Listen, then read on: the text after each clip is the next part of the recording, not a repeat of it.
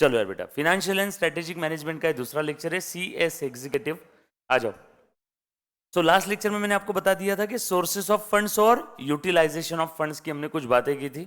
Sources of funds में इतने सारे सोर्सेस है, कोई भी सोर्स से आप फंड्स रेज करो उसकी कुछ ना कुछ कॉस्ट लगेगी, और हमारा ऑब्जेक्टिव रहेगा कि कॉस्ट कम से कम लगना चाहिए, और उन फंड्स को आप कहीं भी यूज करो, हमारा ऑब्जेक्टिव रहेगा कि रिटर्न ज्यादा से ज्यादा मिलने चाहिए। यही हमारे फिनेंशियल मैनेजमेंट के टू फोल्ड ऑब्जेक्टिव है। ये बात समझ में आई सभी को? उसके बाद so you have to decide from which source you should raise the fund and for which purpose you should utilise the fund. इसी का स्टडी मतलब क्या है? Study of about to sources of fund, utilisation of fund, sources of fund, utilisation of fund. Study of about to is called as financial management. देखो, financial management की 50 author ने 50 definitions दिया है, सब सही है, सभी का एक ही सार है, पैसा कहाँ से रेस करना चाहिए और कहाँ यूज करना चाहिए ताकि हमारी कॉस्ट कम से कम और रिटर्न ज्यादा से ज्यादा रहे। अब ये कॉस्ट और रिटर्न, कॉस्ट रिटर्न कम से कम 1000 बार पूरे सब्जेक्ट में आने वाला है। जहाँ भी कॉस्ट की बात आएगी आपका ऑब्जेक्टिव क्या रहेगा? कॉस्ट कम से कम लगना चाहिए। जहाँ भी रिटर्न्स की बात आएगी, एक से ज्यादा अल्टरनेटिव हो तो आपका ऑब्जेक्टिव क्या रहेगा? रिटर्न्स ज्यादा से ज्यादा मिलने चाहिए। आ जाओ। उसके बाद हमने यहाँ से स्टार्ट किया था सबसे पहले नंबर वाला पॉइंट। ये सारी चीज़ें आपके नोट्स में भी है, साथों साथ जो पीपीटी से पढ़ा रहा हूँ वो पीपीटी भी आपको दे दूंगा। अब पीपीटी के अंदर में थोड़ी बहुत चीज़ें खुल करके बताई हुई है, मतलब क्योंकि आपको एक्सप्लेन करना रहता है ना, तो डोंट वरी, पीपीटी भी आपको मिल जाएगी, नोट्स तो आपके पास में रहेगी रहेगी। फिनेंशियल मैनेजमेंट का मतलब क्या है? So it is the study of procuring, यानी क्या? इकट्ठा करना है ना, पैसा रेस करना। और आगे क्या बोला है? Effective utilisation of financial resources so that आप लोगों के रिटर्न्स ज्यादा से ज्यादा रहे, ताकि आपके फर्म की वैल्यू इंक्रीज हो जाए। और फर्म की वैल्यू अगर बढ़ेगी तो अल्टीमेटली ओनर की भी वैल्यू बढ़ेगी क्या?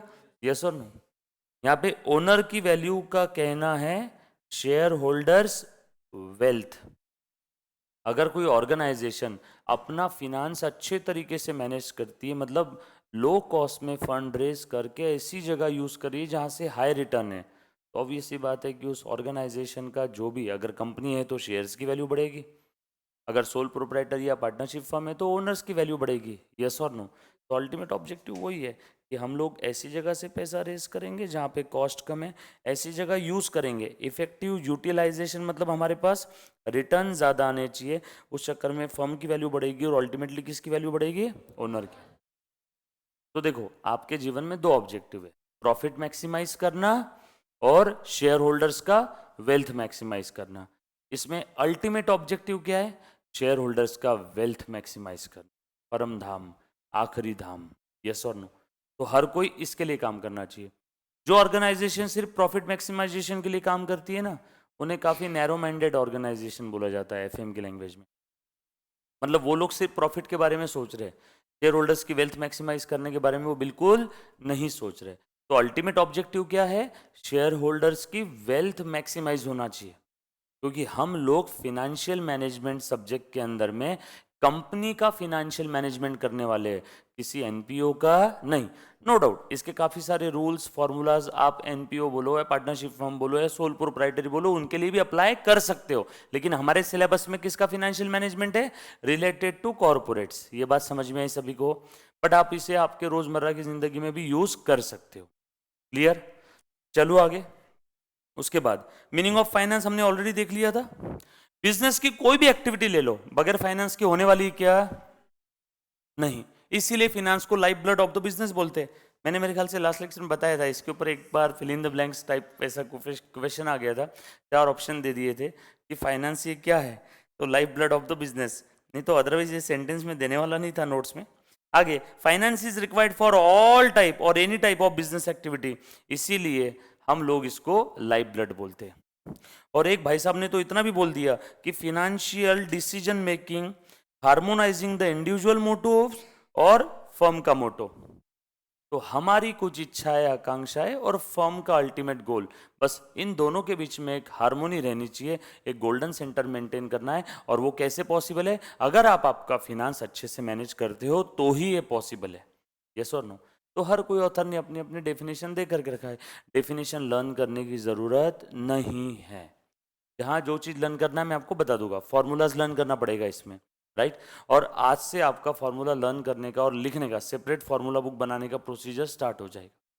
क्या करना है मैं बता दो कैसे करना है। तो आ जाओ, बिजनेस फाइनेंस क्या है बेटा? Basically business finance is that business activities concern with the acquisition and conservation. पैसा लेकर के आना और उसे क्या करना? कंजर्व करके रखना। कब तक? जब तक उसका यूज नहीं है। आप लोग भी आपके घर पे हफ्ते भर की सब्जी किराना लेकर के आ जाओ तो एक साथ एक ही दिन यूज कर लेते हो क्या? नो, जब तक यूज नहीं होता तब तक आप उसे कंजर्व करके रखते हो। कहाँ पे? फ्रिज में, अलमारी में। ग्रोसरी है तो अलमारी में रख दिया, सब्जी है तो फ्रिज में रख दिया, और जैसे जैसे यूज होता वैसे वैसे आप वहां से निकाल निकाल करके उसको यूज करते हो। यस और नो? तो बस वैसे ही हम लोग फंड्स रेस करेंगे। अब बैंक को ऐसा तो नहीं बोल सकते ना कि मुझे 2 करोड़ की जरूरत है लेकिन आज 10 लाख का काम है तो आज 10 लाख दे, कल 5 लाख देना। नो, बैंक बोलेगी प्रोजेक्ट के लिए 2 करोड़ की जरूरत है, चलो 2 करोड़ का लोन इसको दे दो, एक साथ आपके पास 2 करोड़ आ गए। अब आप उसमें से कैसे यूज करते हो वो आपकी चॉइस, बरोबर है। बट जब तक यूज नहीं होगा तब तक आपने उसे क्या करना है? कंजर्व करके रखना है। तो बस वही तो बिजनेस फाइनेंस है, पैसा रेस करना, कंजर्व करके रखना और समय आने पर सही जगह, इफेक्टिव वे में, इफिशिएंट वे में उसे यूटिलाइज करना ताकि आपका रिटर्न ज्यादा से ज्यादा रहे। ये सब सारी बेसिक चीजें चल रही है। फिनेंशियल मैनेजमेंट के 2 अप्रोच थे, एक ट्रेडिशनल और दूसरा मॉडर्न। हम लोगों को कौन सा अप्रोच फॉलो करना है? Modern approach. ट्रेडिशनल अप्रोच बहुत ही नैरो था, छोटी सोच थी। बस उनका कहना था कि बस फंड्स रेस कर लो, हो गया फिनेंशियल मैनेजमेंट। उसको यूज कहां करना है, कैसे यूज करना है, इसके बारे में कोई आइडिया उन्होंने नहीं दिया था। बट मॉडर्न अप्रोच क्या कहता है? फिनेंशियल मैनेजमेंट में सिर्फ फंड्स रेस करना नहीं आता है, उसके साथ साथ आप उसका एफिशिएंट एलोकेशन भी देखोगे। मतलब फंड्स रेस करना भी और उसे सही जगह यूज करना, ये दोनों भी चीजें कहां पे आती है? फिनेंशियल मैनेजमेंट में। फंड्स रेस करना और उसका एफिशिएंट यूटिलाइजेशन, दोनों भी फिनेंशियल मैनेजमेंट का पार्ट है। ऐसा मैं नहीं बोल रहा हूं, ऐसा कौन बोल रहा है? Modern approach. तो एग्जाम में एमसीक्यू आएगा, ट्रेडिशनल अप्रोच का क्या कहना था? Raising of funds, utilisation of funds, both A and B. बोलो, just raising of funds. Modern approach है तो third option, both A and B. Simple, पक्का। अच्छा, फंड्स हम लोग रेज करेंगे तब कॉस्ट, हमारा ऑब्जेक्टिव क्या रहेगा? कॉस्ट कम से कम होना चाहिए, मिनिमम। यस और नो? और जब हम लोग फंड यूटिलाइज करेंगे तो हमारा रिटर्न कैसा होना चाहिए? मैक्सिमम। रिटर्न ज्यादा से ज्यादा होने चाहिए, कॉस्ट कम से कम होनी चाहिए। बस बच्चे इतना ही बोलते कि रिटर्न ज्यादा कॉस्ट कम। पूरा बोलो, कॉस्ट कम कब? जब हम लोग फंड्स रेस करेंगे तो हमारी कॉस्ट कम से कम होना चाहिए। रिटर्न ज्यादा कब? जब हम लोग फंड्स यूज करेंगे तो उससे जो रिटर्न्स मिलेंगे वो रिटर्न्स ज्यादा से ज्यादा होने चाहिए। सर इसके एग्जाम्पल, इसके ऊपर एग्जाम्पल नहीं, चैप्टर के चैप्टर है आगे पूरे। यस और नो? इसी के ऊपर आपका आगे का पूरा सिलेबस है। तो डोंट वरी, हजारों एग्जाम्पल्स आपके सामने आने वाले। बस अब इतना ध्यान रखना है, आपके सामने 4 बैंक है, 2-3 लोग है, कुछ इन्वेस्टर्स है, सब लोग आपको पैसा देना चाहते हैं, तो आप किससे लोगे? तो वहां पे आपने सोचना है हम लोग ऐसे सोर्स से फंड रेस करेंगे जहां पे मेरी ओनरशिप भी डाइल्यूट नहीं होनी चाहिए, जहां पे मेरी कॉस्ट भी कम लगनी चाहिए, जहां पे रीपेमेंट के लिए पीरियड भी ज्यादा मिलना चाहिए, जहां पे बाकी फीस, प्रोसेसिंग चार्जेस या मैनेजमेंट के अंदर में उनका इंटरफियरेंस भी कम होना चाहिए।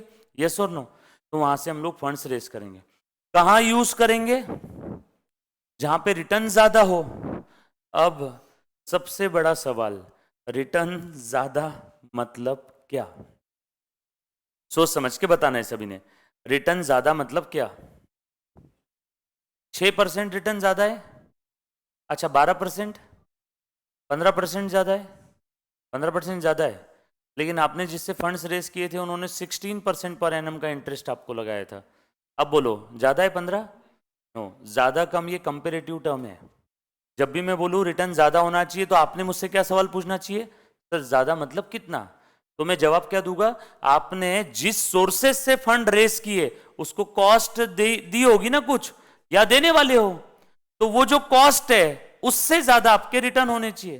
नहीं तो पता चला आपने 16% पर एनम के हिसाब से पैसा उधार लिया, कितना ब्याज देने वाले हो आप? 16%। और वो पैसा जिस धंधे में लगाए वहां से कितना कमा रहे हो, 15%, और खुश हो रहे कि वाह यार मैंने तो 15% कमा लिया। लॉस है, क्योंकि जो भी सोर्सेस ऑफ फंड है वहां पे आप कितना पे करने वाले हो, 16% पर एनम, और यहां से आप कमा कितना रहे हो, 15%, तो लॉस ही है ना। तो ज्यादा कम ये कंपेरेटिव टर्म है, तो हम लोगों को यहाँ पे कंपेयर करके क्या लेना है, डिसीजंस लेना है, बस वही तो है फिनेंशियल डिसीजन, और क्या है, सिंपल है, चीजें समझ में आ रही है। अब आपको यहाँ पे करना क्या है मालूम है क्या, क्वेश्चन में ना कॉस्ट दी रहेगी ना रिटर्न्स के परसेंटेज दिए रहेंगे, वो आपको निकालना होगा। उसके लिए टॉपिक है cost of capital, capital structure, returns calculate करने के लिए टॉपिक है पोर्टफोलियो एनालिसिस, पोर्टफोलियो से कितना रिटर्न मिलता है, यस और नो, ये सारी चीज़ें आपको कैलकुलेट करना है। इन सारी चीज़ों के लिए आपको छोटे छोटे छोटे टॉपिक दिए, बरोबर। चलो आगे, थोड़ा बहुत सब्जेक्ट का आइडिया आ रहा है कि इसमें क्या पढ़ना है। एक बार अगर ये समझ में आ गया, और एक छोटा सा कॉन्सेप्ट है इस सब्जेक्ट का जिसके लिए स्पेसिफिक टॉपिक मॉड्यूल में नहीं है, बट वो कॉन्सेप्ट हर टॉपिक के हर चप्पे चप्पे पे आपको मिलने वाला है। उस कॉन्सेप्ट का नाम है time value of money, TVOM, time value of money. वो कॉन्सेप्ट आज हम लोग स्टार्ट करने वाले हैं। जैसे अकाउंट में डेबिट क्रेडिट है ना, वैसे FM में ये टाइम वैल्यू ऑफ मनी है। अगर ये टाइम वैल्यू ऑफ मनी किसी को नहीं समझा तो आगे के कोई भी टॉपिक समझ में नहीं आएंगे। आज वो मैं स्टार्ट कर दूंगा। ऐसा समझो वो बेसिक्स ऑफ FM है, जैसे हम लोग अभी बेसिक्स ऑफ अकाउंट्स देख रहे हैं ना, तो वैसे वो क्या है, बेसिक्स ऑफ FM, बरोबर। चलो आगे, पक्का बोल बेटा,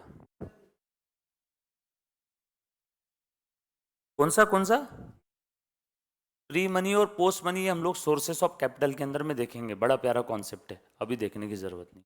हाँ, आप लोग आपके मन में जो भी डाउट आ रहे हैं बिल्कुल पूछो। अगर मैंने कोई ऐसा डाउट है जो बताया कि हम लोग आगे देखने वाले हैं, तो सिर्फ आप लिख करके रख लेना, ये आपकी जिम्मेदारी है। नहीं तो क्या होगा मालूम है क्या, कि बच्चों को बेसिक्स ऑफ FM ही नहीं मालूम, और आपने जो कॉन्सेप्ट पूछे वो अगर मैं एक्सप्लेन करना शुरू कर दूंगा, तो जो बच्चा रिकॉर्डेड देख रहा है वो भी बोलेगा अरे यार सर ये तो मुझे पता ही नहीं क्या चल रहा है। तो उसे क्या पता कि क्लास में एक बच्चे ने ऑलरेडी थोड़ा बहुत पढ़ा हुआ है, तो मैं थोड़ा सा क्लास के हिसाब से चलूंगा, है ना। सोर्सेस ऑफ कैपिटल के अंदर में आएगा, डोंट वरी। मनी रेजिंग का जो भी आपने कॉन्सेप्ट पूछा है रियल लाइफ में भी यूज होता है, प्रैक्टिकल कॉन्सेप्ट है, अच्छा कॉन्सेप्ट, सिर्फ लिख करके रख लेना है। चलो आगे, पक्का। तो एकदम आसान भाषा में यहाँ पे हम लोग मॉडर्न अप्रोच फॉलो करने वाले। ये फाइनेंशियल डिसीजन का ही पार्ट है बेटा। फंड्स रेज करना है किसका पार्ट है, फिनेंशियल डिसीजन का। अगेन एग्जाम में एक थ्योरी क्वेश्चन पूछा हुआ है, 4 ऑप्शन दे दिए। ये सारे एग्जाम के क्वेश्चन है, जितने भी चीजें मैं बताता हूँ ना कि यहाँ पे एग्जाम में क्वेश्चन पूछा हुआ है, तो समझ जाना कि वो थ्योरी क्वेश्चन वहाँ पे है ना। जितने भी आपके पास्ट एग्जाम क्वेश्चन है, कहीं ना कहीं कोई ना कोई कॉन्सेप्ट आया हुआ है, सारी चीजें कवर करके रखी है, नोट्स में भी है और PPT में भी है। अब सर फिनांस डिसीजन मतलब क्या, आपके इस सब्जेक्ट में सब लोग ध्यान से सुनना, 3 टाइप के डिसीजन रहेंगे। कितने, 3 टाइप के। एक है फिनांस डिसीजन, एक है इन्वेस्टमेंट डिसीजन, और तीसरा है डिविडेंड डिसीजन। फिनांस, इन्वेस्टमेंट और डिविडेंड। फिनांस डिसीजन का मतलब होता है, आपको पता है ऑलरेडी, हाँ तो मैं बता रहा हूँ, सुनना। पैसा कहाँ से रेस करना, सर ये तो वही पढ़ रहे हैं हम लोग पिछले लेक्चर में भी, हाँ वही उसका मतलब है। फिनांस डिसीजन मतलब आप फंड्स कहाँ से रेस करोगे, और जहां से भी रेस करोगे आपके बैक ऑफ द माइंड में क्या होना चाहिए, आपकी कॉस्ट कम से कम होनी चाहिए, ऐसी जगह से रेस करना है। फिनांस डिसीजन डिटेल में बताऊंगा आज इसके बारे में। दूसरा कौन सा है, इन्वेस्टमेंट डिसीजन। इन्वेस्टमेंट डिसीजन ये मतलब क्या है इसका, जो भी आपने फंड्स रेस किए हैं ना फिनांस डिसीजन में, वो फंड्स आप कहां पे इन्वेस्ट करने वाले हो। तो ये किसका पार्ट है, efficient allocation of the funds का। इन्वेस्टमेंट मतलब आप फंड्स कहीं ना कहीं लगा रहे हो, मतलब आप अलोकेट कर रहे हो, मतलब आप इन्वेस्ट कर रहे हो, और वहां पे आपके बैक ऑफ द माइंड में क्या होना चाहिए, ऑब्जेक्टिव फॉर मैक्सिमम रिटर्न। ये जहां कहीं भी हिंदी इंग्लिश वगैरह में कुछ ब्रैकेट ब्रैकेट में अलग से लिखा हुआ है ना, वो उसका करक्स रहेगा, उसके ऊपर एग्जाम में MCQ आते हैं। मॉड्यूल में सीधे मुंह वो देते नहीं ऐसा कि ये इसका पार्ट है, यहाँ पे ये ऑब्जेक्टिव रहना चाहिए। बट हमने यहाँ पे नोट्स में लिख दिया। मतलब आपको पूरा एक पैराग्राफ पढ़ने के बाद बीच में कहीं तो भी दिखेगा कि रिटर्न ज़्यादा होना चाहिए, बट बच्चा उसकी तरफ इतना ध्यान नहीं देता ना, इतने बड़े पैराग्राफ में एक ये वर्ड काम का है, उसके ऊपर इंस्टीट्यूट एग्जाम में क्वेश्चन पूछती है। तो जो भी ऐसी काम की चीज़ है वो अलग से लिख करके रखी है। तो आपको अगर और कोई दूसरी लैंग्वेज में कुछ दिखता है तो समझ जाना कि वो क्रक्स है उस चीज। डन। तो यहाँ पे इन्वेस्टमेंट डिसीजन मतलब बेसिकली क्या, जो भी आपने फंड्स रेस किया आप कहाँ पे इन्वेस्ट करने वाले हो। और तीसरा एक है डिविडेंड डिसीजन, ये भी एलोकेशन का ही पार्ट है। हाँ, मतलब सर यहाँ पे भी आप पैसा यूज कर रहे हो, यहाँ पे भी यूज कर रहे हो, यहाँ पे आप इन्वेस्ट कर रहे हो और यहाँ पे आप क्या कर रहे हो, बांट रहे हैं। यहाँ पे क्या कर रहे हैं, बांट रहे हैं। डिविडेंड डिस्ट्रीब्यूशन, कंपनी को प्रॉफिट होता है, वो प्रॉफिट मालिक लोगों का है, मालिक शेयर होल्डर है, तो वो प्रॉफिट कंपनी किसको देगी, शेयर होल्डर्स को। वो प्रॉफिट कंपनी किसको देगी, शेयर होल्डर्स को। और शेयर होल्डर्स को जो प्रॉफिट हम लोग बांटते हैं उसे टेक्निकली हम लोग क्या कहते हैं, dividend. So dividend is nothing but a distribution of the profit by the company to its shareholders, right? ये बात समझ में है सभी को।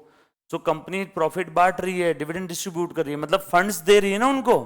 तो देखो यहाँ पे भी फंड्स दे रहे हैं, एलोकेशन ऑफ फंड, यहाँ पे भी फंड्स दे रहे हैं, इन्वेस्टमेंट कर रहे हैं, एलोकेशन ऑफ फंड, लेकिन यहाँ पे फंड्स रेस कर रहे हैं।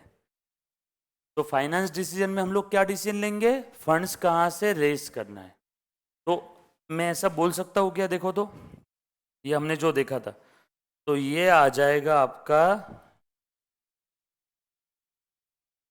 फाइनेंस डिसीजन का किस्सा। और ये यूटिलाइजेशन मतलब क्या है बेटा, यहाँ पे इन्वेस्टमेंट डिसीजन। और वेरी गुड, कितने डिसीजन है टोटल, 1 2 और 3। ये बात समझ में आई सभी को, पक्का। चलो आगे थोड़ा सा, डन। थोड़ा सा आगे बढ़ते, अब ये तीनों डिसीजन थोड़ा सा डिटेल में देखते हैं, 1 बाय 1, है ना। बस इतनी थ्योरी, उसके बाद में तुरंत हम लोग क्या स्टार्ट करने वाले हैं, टाइम वैल्यू ऑफ मनी। और ये थ्योरी बस एफएम के साथ दोस्ती थोड़ी सी आपकी करवाने के लिए इनिशियली हम लोग देख रहे हैं। सबसे पहले है बेटा इन्वेस्टमेंट डिसीजन। सबसे पहला वाला कौन सा है, investment decision. So careful selection of the viable and profitable investment proposal. Finance decision के अंदर में procurement of the funds keep in view the cost of funds. देखो लिखा था क्या ऊपर में, ताकि हमारी कॉस्ट कम से कम रहे। जब भी हम लोग फंड्स प्रोक्योर करेंगे तो हमारे बैक ऑफ द माइंड में ये होना चाहिए कि हमारी कॉस्ट कम से कम होनी चाहिए। उसके बाद dividend decision, basically relating to the distribution of the earning. Earning बोल दो या फिर प्रॉफिट बोल दो, जो कहना है आप कह सकते हो। तो कंपनी अपनी अर्निंग या प्रॉफिट डिस्ट्रीब्यूट करती है ना, तो बस कितना डिस्ट्रीब्यूट करना, कितना रोकना, कितना बांटना, कि डिविडेंड देना कि नहीं देना, कितना % देना, ये सारी चीजें कहाँ पे डिसाइड होगी, डिविडेंड डिसीजन में। इसके लिए एक सेपरेट टॉपिक है, इसके लिए सेपरेट टॉपिक है, इसके लिए सेपरेट टॉपिक है डिविडेंड पॉलिसी, इसके लिए एक सेपरेट टॉपिक है cost of capital, capital structure. Yes और नो, ये हर एक डिसीजन के लिए सेपरेट सेपरेट टॉपिक है आपके सिलेबस में। देन थोड़ा सा और आगे बढ़ेंगे। इन्वेस्टमेंट डिसीजन के अंदर में most important decision for the value creation. ऐसा क्यों बोला है, फिर क्वेश्चन एग्जाम में पूछा हुआ। तीनों डिसीजन में अगर आपसे एग्जाम में ऐसा सवाल पूछा जाए कि वैल्यू क्रिएशन के लिए which of the following is most important decision, investment, finance, dividend, none of the above, तो correct answer is investment decision. क्यों रे बाबा ऐसा क्यों बोला, वैल्यू क्रिएशन के लिए इन्वेस्टमेंट डिसीजन ही मोस्ट इंपॉर्टेंट क्यों है? क्योंकि फंड्स आपने रेस कर लिए और फंड ऐसे आइडल पड़े आपके पास में, आलसी पड़ा है पैसा, कोई वैल्यू क्रिएट होगी क्या? जब तक आप उस पैसे को कहीं इन्वेस्ट नहीं करते हो तब तक वैल्यू क्रिएट होगी क्या? अच्छा, डिविडेंड डिसीजन को भी वैल्यू क्रिएशन वाला डिसीजन नहीं बोलेंगे, क्योंकि डिविडेंड बांटने से कोई वैल्यू क्रिएट नहीं होती है, पैसा रेस करने से कोई वैल्यू क्रिएट नहीं होती है। जब तक आप उस पैसे को सही जगह इन्वेस्ट नहीं करते तब तक आपको रिटर्न्स मिलेंगे क्या? और जब तक रिटर्न्स नहीं मिलेगा तब तक वैल्यू क्रिएट होगा क्या? इसीलिए इन तीनों डिसीजन में इन्वेस्टमेंट डिसीजन को ही ऐसा बोला जाता है कि वैल्यू क्रिएशन के लिए मोस्ट इंपॉर्टेंट है। कुछ बात समझ में आई?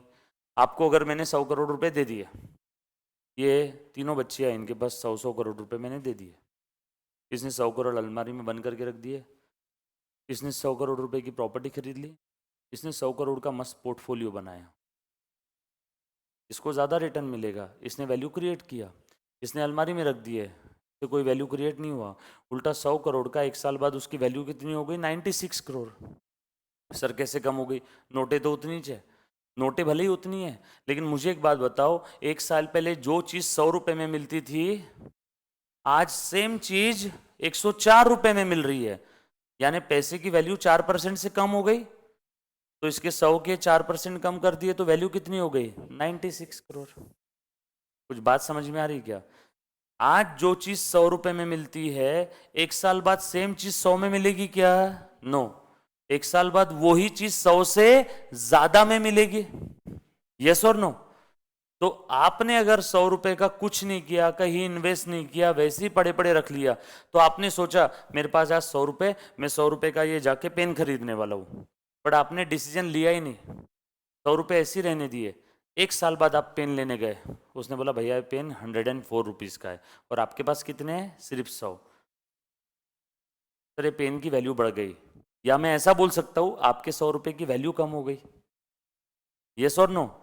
अब वो चीज 100 में आएगी क्या जो चीज पहले 100 में आती थी? इसीलिए पैसे को कभी भी आलसी नहीं रखना चाहिए, पैसे से काम करवाते रहो। बट काम करवाना मतलब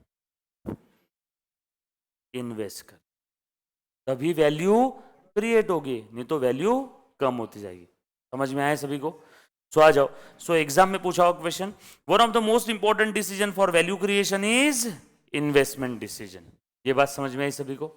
थोड़ा सा और आगे बढ़ते। It involves uncertainty. रिस्की है क्या है? जरूरी है क्या आपने जहां पैसा इन्वेस्ट किया वहां से पैसा बढ़ेगा ही? हो सकता है लॉस हो गया। आपने पोर्टफोलियो बनाया, अच्छी जगह पैसा इन्वेस्ट करके रखा है, बट उसमें से कुछ शेयर्स लॉस में चले गए, तो रिस्की है कि नहीं? यस और नो? बस इसीलिए सिंपल सा इतना ही बोल दिया कि इससे वैल्यू भी क्रिएट होती है, बट साथों साथ ये on the other side risky भी है। उस मामले में तो ये फायदे में रही, एटलीस्ट 100 करोड़ रुपए अलमारी में तो रखे हुए थे। यस और नो? बट यहाँ रिस्क जीरो है, बट वैल्यू कंफर्म कम होने वाली है। इन्वेस्टमेंट में शायद बढ़ भी सकती है, कम भी हो सकती है, इसी को तो हम लोग रिस्क बोलते हैं। रिस्क है क्या? रिस्क क्या है? जो आपने सोचा था वैसा नहीं हो सकता है, या हो भी सकता है, या पता नहीं क्या होने वाला है, यही तो रिस्क है। रिस्क मतलब फ्लक्चुएशन। आपने सोचा था 15% का रिटर्न मिलेगा, 12% का ही रिटर्न मिला, ये है रिस्क। कुछ बात समझ में आई? किसी शेयर्स की वैल्यू अगर ज्यादा फ्लक्चुएट हो रही है मतलब वो ज्यादा रिस्की है। ये सर नो? बट ये रिस्क की, ये जो रिस्क है कहां पे आती है? तीनों में से जनरली कौन से डिसीजन में सबसे ज्यादा देखी जाती है? इन्वेस्टमेंट डिसीजन में। सब लोग साथ में है ना? उसके बाद इसका एक एग्जांपल दे दिया हमने, जो लिया वो अलग है। यहाँ पे क्या बोल दिया? नया शोरूम ओपन कर रहे हैं तो कोई तो असेट हमने बाय कर लिया, बेसिकली क्या है बेटा आपके लिए? वो इन्वेस्टमेंट डिसीजन है। उसके बाद आगे और देख लो, कैटेगरीज कौन कौन सी इन्वेस्टमेंट डिसीजन के लिए। सर ये कैटेगरीज मतलब आप या तो इन्वेंट्री में इन्वेस्टमेंट कर सकते हो, अरे दुकानदार अपने शोरूम में माल भर के रखता है, वो भी तो इन्वेस्टमेंट ही है। मेरी गोल्ड की शॉप है, मैंने 10 केजी का गोल्ड के ऑर्नामेंट्स बनवा करके दुकान में शोकेस में रख दिए, क्या है मेरे लिए? इन्वेस्टमेंट। कहां पे इन्वेस्टमेंट किया? इन्वेंट्री में। स्ट्रेटेजिक इन्वेस्टमेंट मतलब क्या है बेटा? स्ट्रेटेजिक डिसीजन यानी क्या? बड़े बड़े डिसीजन जिसके वाइडर इंपैक्ट होते हैं, उन्हीं डिसीजन को हम लोग क्या बोलते हैं? Strategic decision. जियो ने डिसीजन लिया था आज के कुछ साल पहले, करीब करीब 6-7 साल पहले, कि मैं सभी को फ्री में कॉलिंग, फ्री में वाईफाई, सॉरी फ्री में इंटरनेट देने वाला हूं। इतना बड़ा डिसीजन था, भारत के करोड़ों लोगों को वो फ्री में कॉलिंग इंटरनेट देने की बात कर रहा था। ये जो डिसीजन है ऐसी एक रात में ले लिया होगा क्या? नो। इसके इम्पैक्ट, इसके ramifications, wider ramifications, wider impact है, तो ये है स्ट्रेटेजिक डिसीजन। फिर जियो ने कोई दिन सोचा कि आज 50 रुपए का रिचार्ज मैं 49 या 48 रुपीज में दूंगा, ये स्ट्रेटेजिक डिसीजन नहीं है। ये छोटे मोटे डिसीजन है। तो यहाँ पे हम लोग किसकी बात कर रहे हैं? Strategic decision. सर उसका इन्वेस्टमेंट से क्या संबंध? अरे बाबा, जब भी आप कोई स्ट्रेटेजिक डिसीजन लेते हो तो आपको उसके लिए पैसा लगाना पड़ता है ना। अब जियो ने सोचा कि पूरे भारत को फ्री में इंटरनेट देगा, तो उसके लिए अरबों रुपए की इन्वेस्टमेंट लगी होगी कि नहीं? क्योंकि अंबानी आपको फ्री में इंटरनेट दे रहा है, बट उसको थोड़ी मिल रहा है। समझ में आई क्या बात? तो इसीलिए इन्वेस्टमेंट की कैटेगरीज दी है, इन्वेंट्री, स्ट्रेटेजिक इन्वेस्टमेंट। मैं कोई नया शोरूम खोलना चाहता हूं, स्ट्रेटेजिक इन्वेस्टमेंट। नई ब्रांच खोलना चाहता हूं, स्ट्रेटेजिक इन्वेस्टमेंट। आने वाले 1 साल तक लॉस में धंधा करूंगा लेकिन कस्टमर को अच्छा माल कम से कम रेट में दूंगा, स्ट्रेटेजिक इन्वेस्टमेंट। यस और नो? उसके बाद investment in modernisation, investment in new business. Reliance सबसे पहले क्या था, कहां था? कपड़ों में था, ऑयल में आया, फूड में आ गया, इलेक्ट्रिक में आ गया है ना, इलेक्ट्रिक इक्विपमेंट्स। ये रिलायंस के क्या होते हैं? रिलायंस डिजिटल। फिर ज्वेलरी शॉप में आ गया, साग भाजी भी बेच रहा है, रिलायंस फ्रेश। तो नए बिजनेस में आपने पैसा इन्वेस्ट किया, वो भी क्या है? आपको लोगों का इन्वेस्टमेंट डिसीजन ही है। देन रिप्लेसमेंट, रिप्लेसमेंट बेटा ऑलरेडी एक मैनुअल मशीन है, आप उसको रिप्लेस कर रहे हो ऑटोमेटिक मशीन के साथ, रिप्लेसमेंट डिसीजन। ये सभी डिसीजंस के ऊपर आपको प्रैक्टिकल क्वेश्चन है आगे। उसके बाद लास्ट में एक्सपांशन, एक ब्रांच थी 2 ब्रांच बनाने का सोच रहे, अगेन ये भी इन्वेस्टमेंट डिसीजन का पार्ट है। देन कौन कौन से मैटर्स आप कंसीडर करोगे, कौन कौन सी बातें आपके बैक ऑफ द माइंड में रहेगी जब आप डिसीजन लोगे? कौन कौन सी बातें? एक तो कैपिटल बजटिंग, ये पूरा सेपरेट टॉपिक है। Cost of capital separate topic है। मेजरिंग रिस्क सेपरेट टॉपिक है। बाय और लीज ये कैपिटल बजटिंग का पार्ट है। और liquidity management, management of cash and marketable security, कल एक पढ़ा था ना हमने। ये सारे सेपरेट टॉपिक है। तो ये सारे सेपरेट टॉपिक में ऐसे एक एक सेंटेंस में यहाँ पे एक्सप्लेन नहीं करूंगा, ये हम लोग उस टॉपिक के अंदर में देखेंगे। ये आपका कहीं पे ऐसा डायरेक्टली आपको एक साथ इतना बड़ा ये पैराग्राफ नहीं दिखेगा, बस मैंने आपको लिस्ट बना करके दी है कि जब भी आप इन्वेस्टमेंट करोगे तो कौन कौन सी बातों का ध्यान रखोगे। इसका मतलब सर ये सारे टॉपिक के अंदर में हम लोगों को इन्वेस्टमेंट रिलेटेड प्रैक्टिकल क्वेश्चन है क्या? हाँ, समझ में आई बात? तो यहाँ पे आपने क्या कर देना, ऐसा एक सर्कल बना करके, जब भी आपके पास में नोट्स आएगी ऐसा एक आप सर्कल करके या फिर एरो बना करके लिख लेना, विल सी और will cover in separate topic. ये capital budgeting one of the biggest topic, one of the biggest topic. ये 2 टॉपिक के अंदर में आपका 40% एफएम खत्म हो गया। यस और नो? तो ये सब हम लोग कहाँ पे देखेंगे? सेपरेट टॉपिक में। उसके बाद फाइनेंसिंग डिसीजन। फाइनेंसिंग डिसीजन क्या है बेटा? सर जब भी पैसों की बात आती है, कल भी आप पैसों की बात के समय आए थे, आपको आवाज आ जाती है क्या कहीं से? हाँ, नो लिखना नहीं है। एक बच्चा बोल रहे सर ये लिखना है क्या? नो, लिखने की जरूरत नहीं है बेटा, सब कुछ पीपीटी में दिया हुआ है। बस बैठो सर, आ जाओ आ जाओ।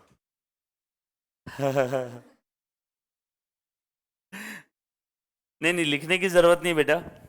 बेटा एसी ऑन तो कर दिया, बट रिमोट से ऑन करना पड़ेगा क्या? हो जाएगा ना ऑन डायरेक्टली? चलो यार, अब फिनांसिंग डिसीजन यानी क्या? अच्छे से ध्यान से सुनना। कितना पैसा रेस करना है? वेट वेट वेट, कहां से रेस करना है वो बात का सवाल है। कितना पैसा रेस करना है, कहां से रेस करना है, और कब रेस करना है। बरोबर है?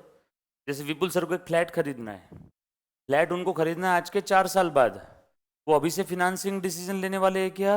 नो, क्योंकि उनको पैसे की जरूरत कब है? 4 साल बाद। तो अभी से वो फिनांस डिसीजन लेने वाले कुछ कि चलो यार अभी खाली बैठा हूँ तो एक काम करता हूँ, एचडीएफसी बैंक में जाके आता हूँ कि साहब मेरे को फ्लैट लेना है, 3 करोड़ का लोन चाहिए वो। तो कब रेस करना है? 4 साल बाद। तो अभी फिनांस डिसीजन लेकर के मतलब वाली बात नहीं है। इसलिए सारी चीज इंपॉर्टेंट है। कितना पैसा रेस करना है, कौन से सोर्स से रेस करना है, और कब रेस करना है। बराबर है क्या? ये सारी चीजें देखना जरूरी है बिफोर फिनांस डिसीजन। उसके पहले आप लोग उससे रिलेटेड कोई भी एक्टिविटी स्टार्ट नहीं करोगे। तो सबसे पहले आपने ये डिसाइड करना है। Example, equity shares, preference shares, ये सब क्या है रे बेटा? ये सारे हैं आपके सोर्सेस। फटाफट से मुझे बता दो। अब मैं एक एक बच्चे को सवाल पूछ रहा हूं।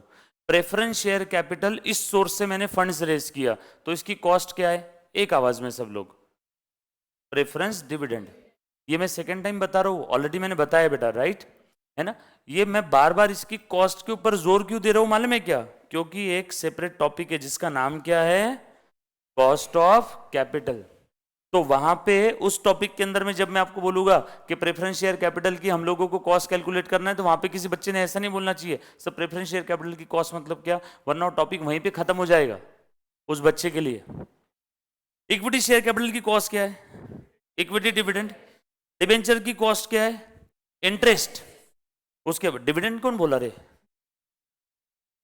बैंक से लोन लिया या बॉन्ड इशू किया उसकी कॉस्ट क्या है, इंटरेस्ट।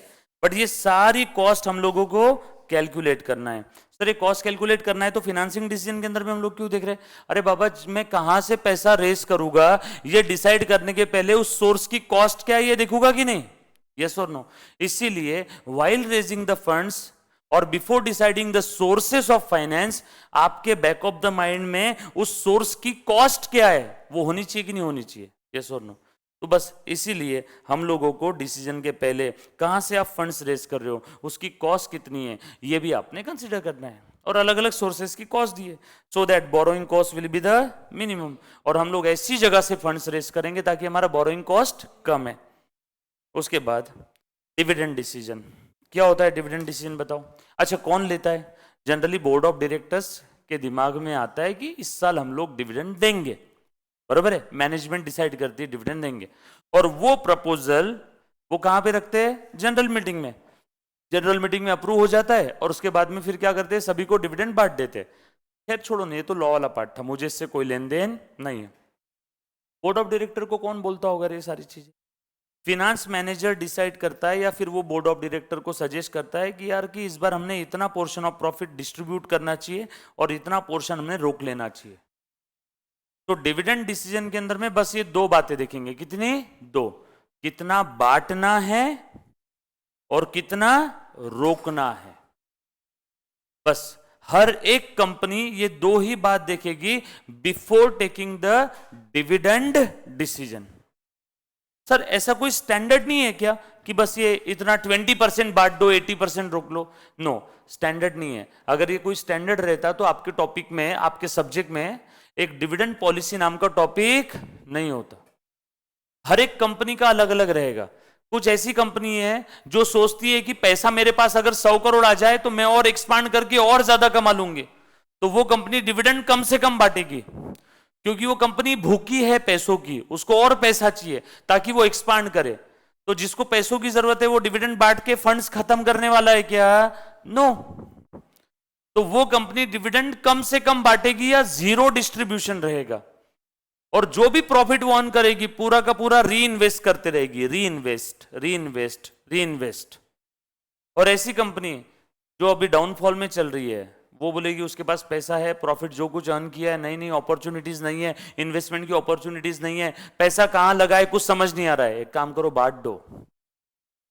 वैसे भी ओनर का ही है ना वो पैसा, शेयर होल्डर्स का ही है कि नहीं, तुम तुम्हारे पास रख के क्या करोगे, बांट दो।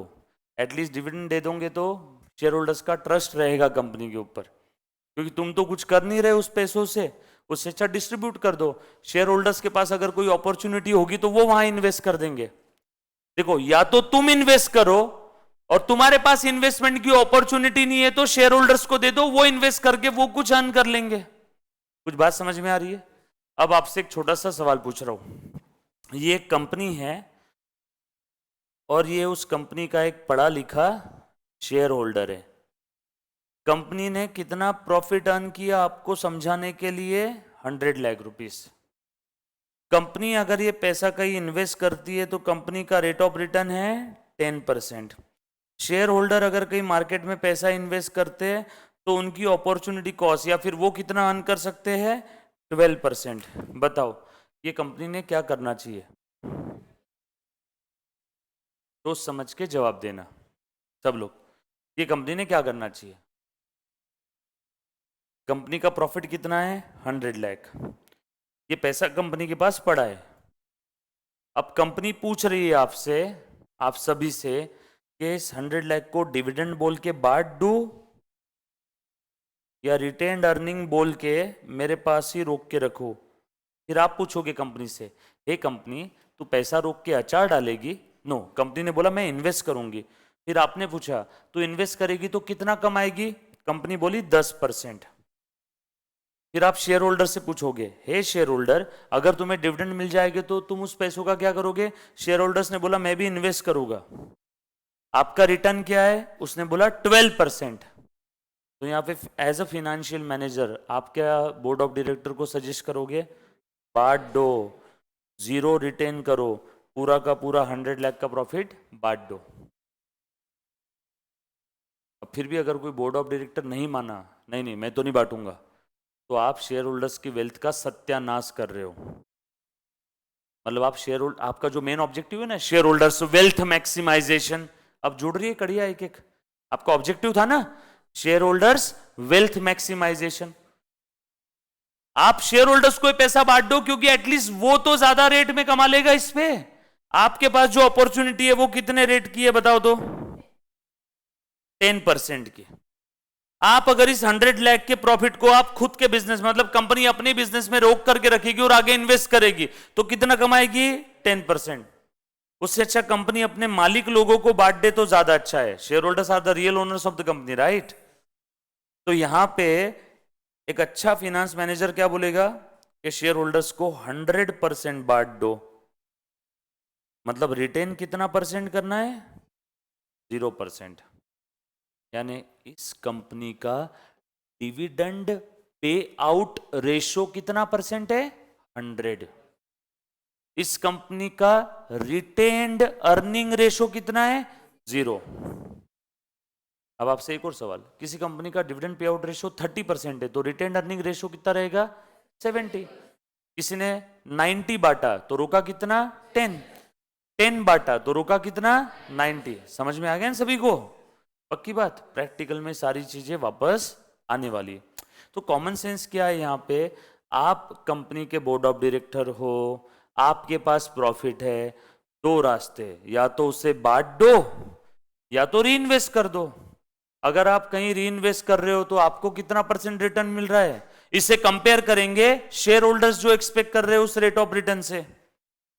और शेयर होल्डर्स अगर इस पे ज्यादा अर्न कर सकते हैं तो चुपचाप से शेयर होल्डर्स को बांट दो। आपको कोई अधिकार नहीं है वो प्रॉफिट को अपने पास रखने का।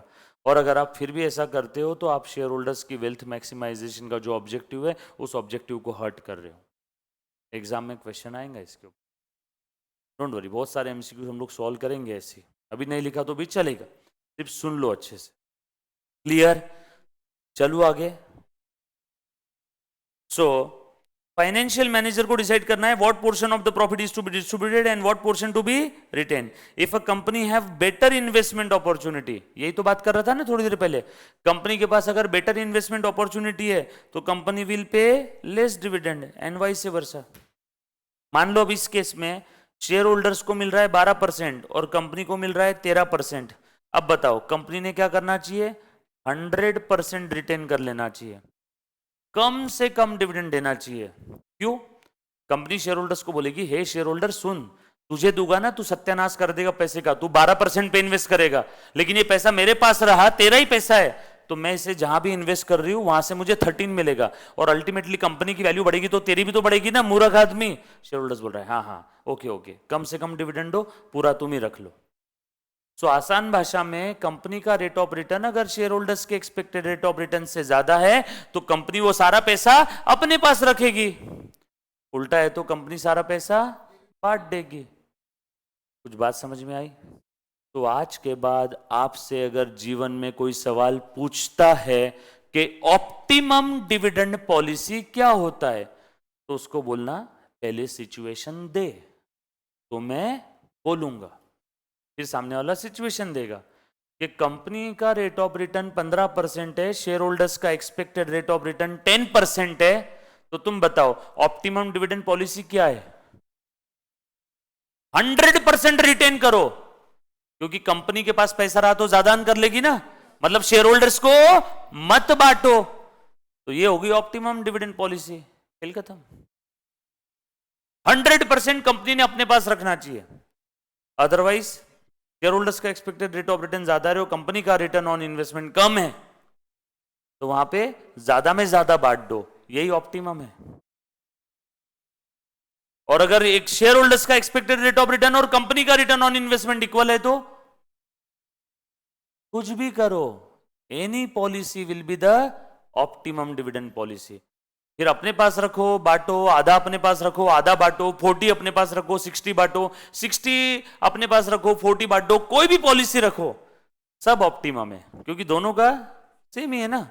पैसा तेरे पास रहा चाहे शेयर होल्डर्स के पास रहा, किसी के पास रहने दो, उसके ऊपर रिटर्न तो सेम ही है। कुछ बात समझ में आई सभी को? किसी को इसमें कोई डाउट?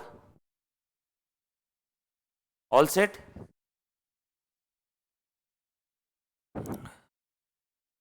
ये जो मैंने अभी डिस्कशन किया है ना, इस डिस्कशन के ऊपर 3 से 4 मार्क्स के क्वेश्चन आते हैं, और ये डिस्कशन में ऐसा समझता हूं कि आप लोगों को 20% ही समझा होगा अभी, क्योंकि डिटेल में ये कहाँ पे आएगा, एक सेपरेट टॉपिक है जिसका नाम है डिविडेंड पॉलिसी।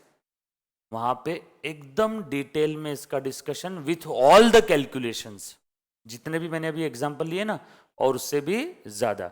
ये कहाँ पे हम लोग देखने वाले हैं? Dividend policy. ये 20% भी अभी समझ में आया तो मोर देन सफिशिएंट। क्लियर? चलो आगे, पक्का? उसके बाद डिसीजन क्राइटेरिया। जब भी आप कोई डिसीजन लोगे, बोलो बेटा कोई भी मतलब कौन सा? वेरी गुड, फिनांस, इन्वेस्टमेंट और डिविडेंड। डिसीजन बोला तो आपके दिमाग में आ जाना चाहिए। डिसीजन मतलब फिनांस या इन्वेस्टमेंट या डिविडेंड। तो जब भी आप इन तीनों में से कोई भी डिसीजन लोगे तो आप कौन कौन सी चीजें देखने वाले हो, कौन कौन से क्राइटेरिया है। आपको अगर बोला इससे शादी करना है तो आपके कुछ क्राइटेरिया है ना, पैसा कितना कमाता है, दिखने में कैसा है, कहाँ रहता है, खुद का घर है कि भाड़े का घर है, खाता पीता क्या है, पार्टी करता है कि नहीं करता है। समझ में आया क्या? तो वैसे डिसीजन के पहले के कुछ क्राइटेरियाज है। It depends upon the objective to be achieved. जब भी कोई डिसीजन लोगे तो उस डिसीजन के पीछे का ऑब्जेक्टिव क्या है वो आप सोचोगे ना। ये भी एक क्राइटेरिया है कि नहीं? यस और नो? आपको किसी से दोस्ती करनी है, उसके पीछे का ऑब्जेक्टिव क्या है? बस एग्जाम तक मेरे को कुछ डाउट आया तो बस उतनी हेल्प मिल जाए उससे, यही आपका ऑब्जेक्टिव है। तो आप उस हिसाब से डिसीजन लोगे। उसके साथ कितना घुल मिल के रहना है, कितना खर्चा करना है, चाय का, नाश्ते का, खाने पीने का नहीं, बट आपको किसी के साथ लाइफ टाइम रहना है, शादी भी करनी है उसके साथ, तो आपके सारे जेब खुले हैं उसके लिए। My all cards are always open for you, है ना। खाना भी खिलाएंगे, तेरा रूम भाड़ा, तेरे पास पैसे नहीं इस मंथ में, एक काम करो तू मेरे से ले ले 5,000 रुपये वापस। अरे छोड़ रहे तो जिंदगी भर अपने को साथ में रहना है, आगे पीछे देख लेंगे। समझ में आया क्या? तो जब भी आप कोई डिसीजन लोगे ना तो उसके पीछे कुछ ना कुछ क्राइटेरिया होते हैं, तो बस वो आपने सोचना है यहाँ पे। और ये हम लोगों को आगे हर एक टॉपिक के अंदर में, अच्छा ये पहला टॉपिक जो हम लोग देख रहे हैं ना, इसमें जितनी भी चीजें आपको हर टॉपिक में देखने के लिए मिलने वाली है, इसलिए मैं बोल रहा हूँ कि लिखो मत। हर एक टॉपिक में इसमें की सारी चीजें आपको हर एक टॉपिक में कुछ ना कुछ चीजें मिलेगी देखने के लिए। तो पहले क्या है? It depends upon the objective. दूसरा, objective while taking the decisions. ये एक्चुअली दोनों सेम ही पॉइंट है। जैसे कौन कौन से ऑब्जेक्टिव है बेटा? Maximisation of return and minimisation of the cost. तो जब भी आप कोई डिसीजन लोगे तो ये ही दो आपके ऑब्जेक्टिव रहने चाहिए। कौन से दो? रिटर्न ज्यादा से ज्यादा होना चाहिए, कॉस्ट कम से कम, मतलब कम में बम, कम कॉस्ट में ज्यादा मिलना चाहिए। उसके बाद while taking the decision, two fundamental principles are there, very important, exam में थ्योरी क्वेश्चन आएगा। कौन से दो फंडामेंटल डिसीजन है?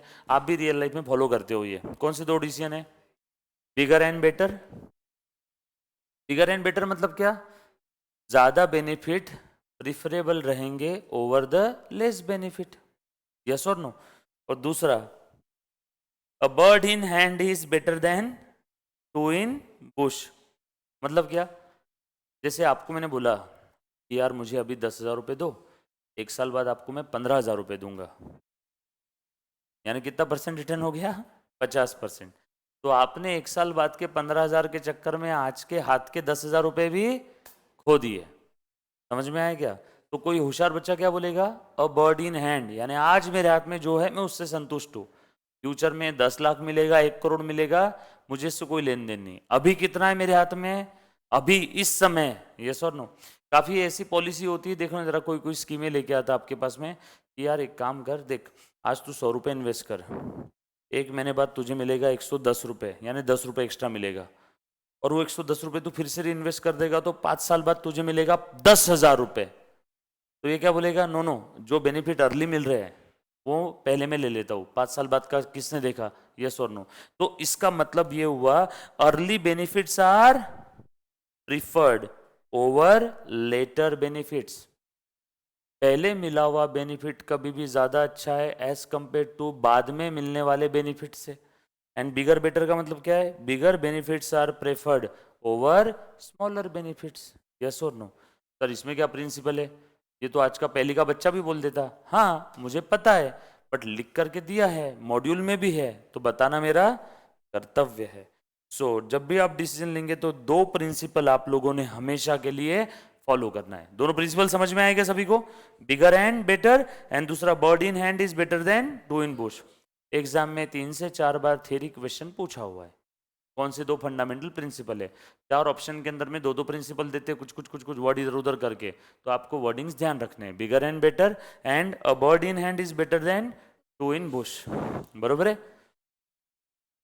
हाथ में जो पक्षी है पहले उसके तरफ ध्यान रखो, घोंसले में 2 पक्षी होंगे, उसको पकड़ने के चक्कर में हाथ का भी उड़ जाएगा, नहीं तो एक स्टोरी थी कोई तो ऐसे पहले। एंड कौन कौन से डिसीजन मेकिंग क्राइटेरिया है, सबसे पहले अर्जेंसी।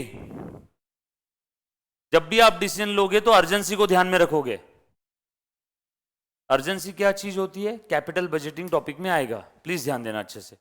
मान लो मैं कहीं तो पैसा इन्वेस्ट कर रहा हूं लेकिन मुझे रिटर्न जल्दी चाहिए, अर्जेंसी, यस और नो। तो this is one of the criteria while taking the decision. दूसरा क्या है, पेबैक। पेबैक तो हर कोई देखता है, आप भी तो देखते हो पेबैक। सीएस करने के लिए खर्चा कितना लगने वाला है बेटा, बताओ पूरा। सीएस करने के लिए कितना खर्चा लगेगा, आपकी कोचिंग की फीस, अरे भाई साहब कोचिंग की फीस बोलते ही तो 5,000 से लेके 50,000 तक।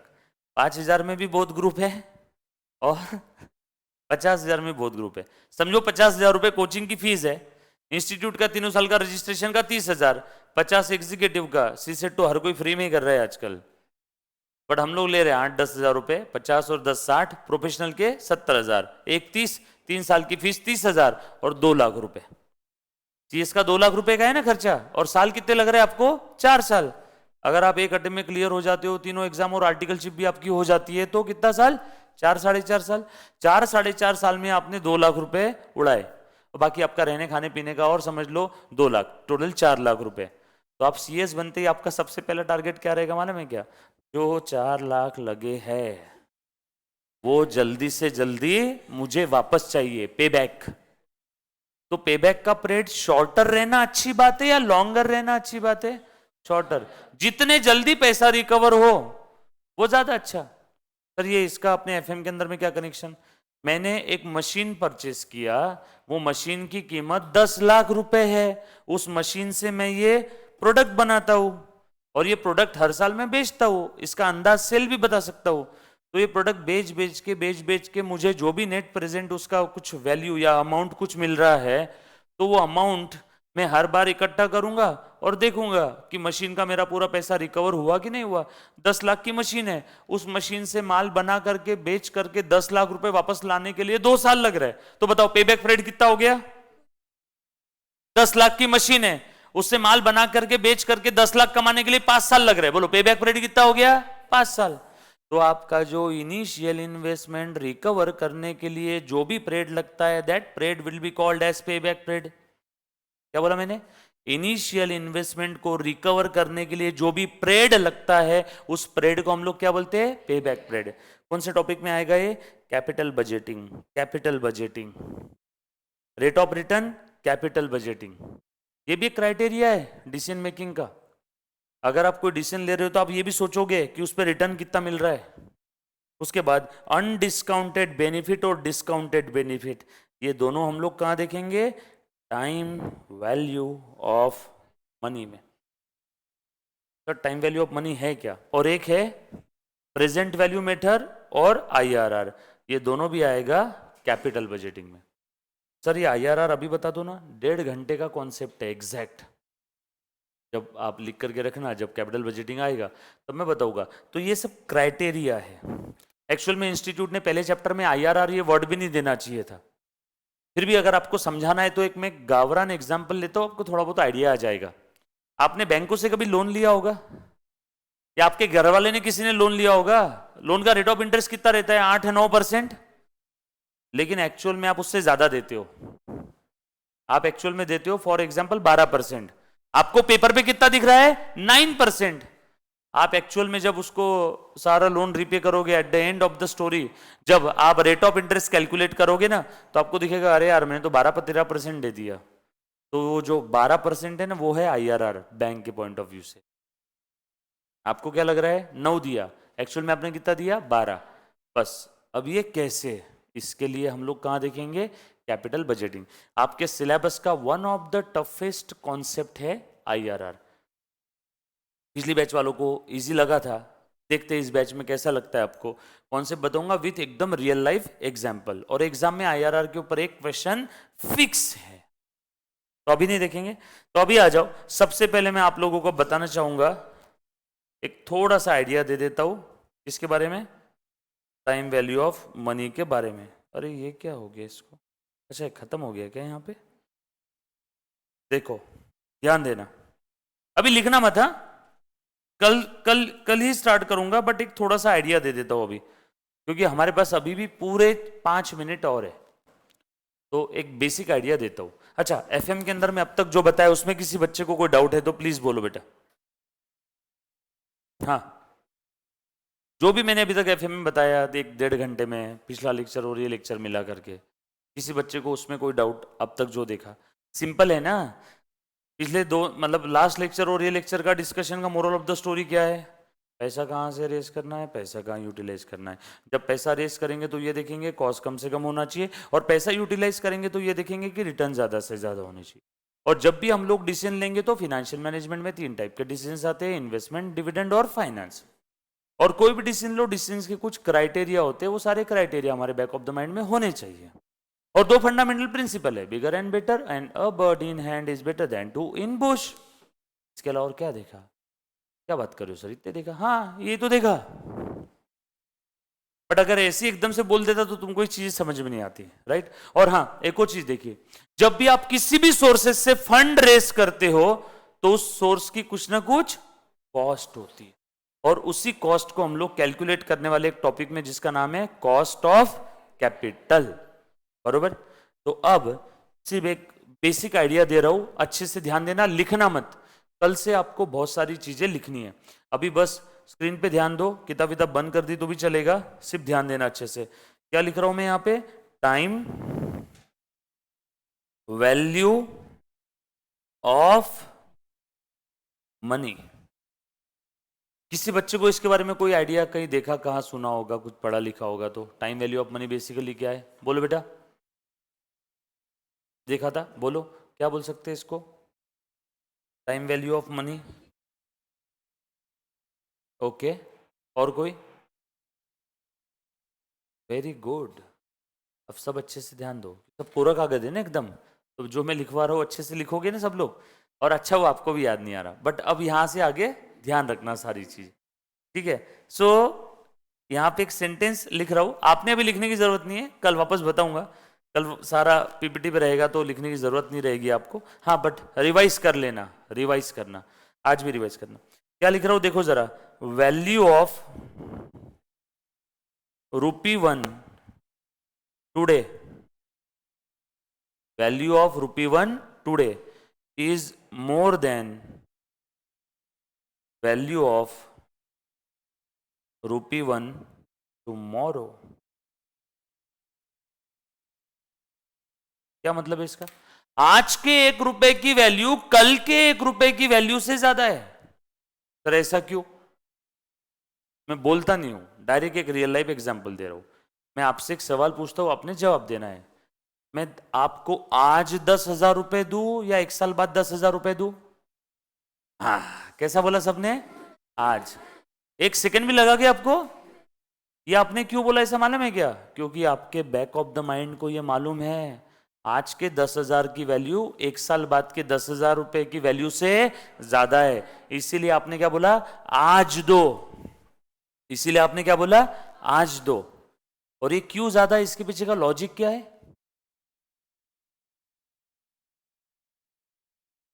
अति सुंदर, बहुत सही बोला बच्ची ने। आज अगर 10,000 आपने अगर हमें दे दिए सर, तो हम बैंक में इन्वेस्ट कर देंगे, एफडी बना लेंगे, शेयर्स खरीद लेंगे। मान लो 10% पे आपने इन्वेस्ट किए, तो 1 साल बाद वो 10,000 कितने हो जाएंगे, 11,000। आज के 10,000 10% पर एनएम पे इन्वेस्ट किए, तो 10,000 के ऊपर 10% यानी कितना हुआ, 1,000। तो 10,000 का 1 साल बाद कितना हो गया, 11,000 रुपए। तुम बताओ, मैं 1 साल बाद कितना देने वाला था, 10 ही देने वाला था, बट आपने उसके कितने बना दिए, 11। इसीलिए हर कोई क्या चाहता है कि आज दो पैसा। और इसके पीछे का लॉजिक क्या है, ये जो मैडम ने बताया उसी को एक सेंटेंस में मैं बोलना चाहूंगा, अपॉर्चुनिटी कॉस्ट। आज आपके पास अपॉर्चुनिटी है ना उसे इन्वेस्ट करने की। कुछ बात समझ में आई क्या? इसीलिए टाइम वैल्यू ऑफ मनी ये कॉन्सेप्ट आया। Means money have time value. पैसा समय पे मिला तो ही काम का है। मैंने आपको बोला बच्चों जाओ रे यार, सबको मैं 100-100 करोड़ रुपए दे दूंगा, लेकिन कब, आज के 500 साल बाद। कोई वैल्यू है क्या उसकी? नो। कुछ बात समझ में आई?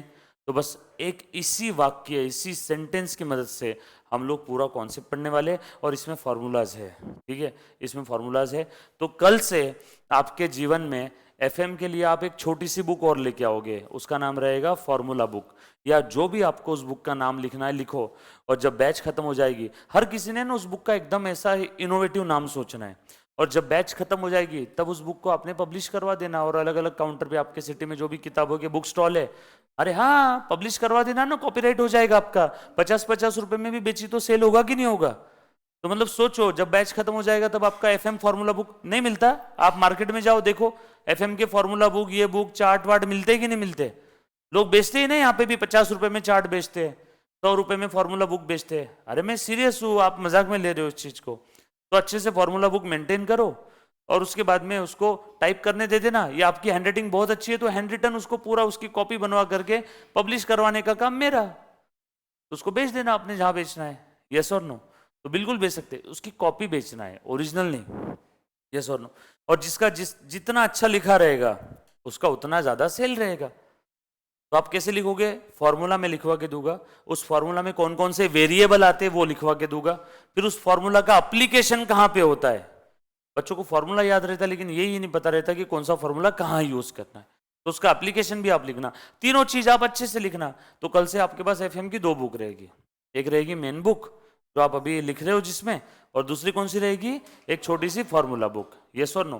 पैसा कमाना है तो एक अच्छा रास्ता है। और कहीं ना कहीं साथ, अच्छा मुझे एक बात बताओ, अच्छे से लिख लोगे तो गलत क्या है? और जो कोई भी बेचारे बाकी बच्चे, उनकी हेल्प हो जाएगी ना 50-100 रुपए में, और क्या होगा। और आपके भी होम टाउन में कहीं ना कोई बुक स्टॉल तो होगा ही, वहां पे भी दे देना, क्योंकि आप तो आपके होम टाउन के हीरो। अगर कोई छोटे मोटे गांव से आया, पूना शहर में बच्चा पढ़ने के लिए गया, और वापस जब गांव जाता है तो गांव के सारे एकदम सब छोटे मोटे बच्चे लोग इकट्ठा हो जाते हैं ना, भैया मैं क्या करूं, मैं भी 10th में हूं, मैं 11th में हूं, मैं क्या करूं। तो हर कोई आपको भगवान मानता है। तो बोलना बेटा देख, मेरी एक ये फॉर्मूला बुक है, तो सीएस करेगा तो आगे। और दूसरा एक मोटिवेशनल बुक है ना, थॉट्स, वो भी बना करके रख। अरे सब सेल होता है। अरे नीचे पत्थर बेच रहे हैं, मालूम है ना? वो नीचे अपने यहाँ पे नीचे जो शॉप है जहां से आप सब स्टेशनरी लेते हो, वो इतनी बड़ी भरनी रखी है, उसमें पत्थर रखे हुए हैं। अरे बच्चे पत्थर खाते हैं ना कभी टेंशन में रहते तो। अभी जाना नीचे 0 फ्लोर पे, कौन सा, एके पे, तो वहां पे काउंटर पे इतनी बड़ी ऐसा डब्बा रखा हुआ है, उसमें पैकेट है छोटे छोटे ट्रांसपेरेंट पन्नियां स्टेपल मार के रखी है। वो उठा के देखना, बहुत भारी है वो, उसमें पत्थर ही तो है सारे। अरे बच्चे खाते हैं ना, मिट्टी नहीं खाई क्या बचपन में कभी? तो बेच रहे वो, तो तुम्हारा लिखा हुआ बुक नहीं बिकेगा क्या? तुमको अभी भी यकीन है? अभी जाना नीचे, जाके देखना, बोलना सर वो भैया पत्थर चाहिए खाने वाला, देखो तुमको 2-5 रुपए में बेच देगा। है वैसा, अभी तुम पूछ लेना, 2 या 4 रुपए में कुछ बेचता है। चलो okay, thank you very much, love you all, take care, bye. मैं गाँव से हूँ, सिर्फ फेस टू फेस बैच का सही बोल रहा हूँ। हाँ देख, सही बोला कि मैंने, लो अभी के अभी यहाँ पे सबूत भी आ गया। थैंक यू वेरी मच यार।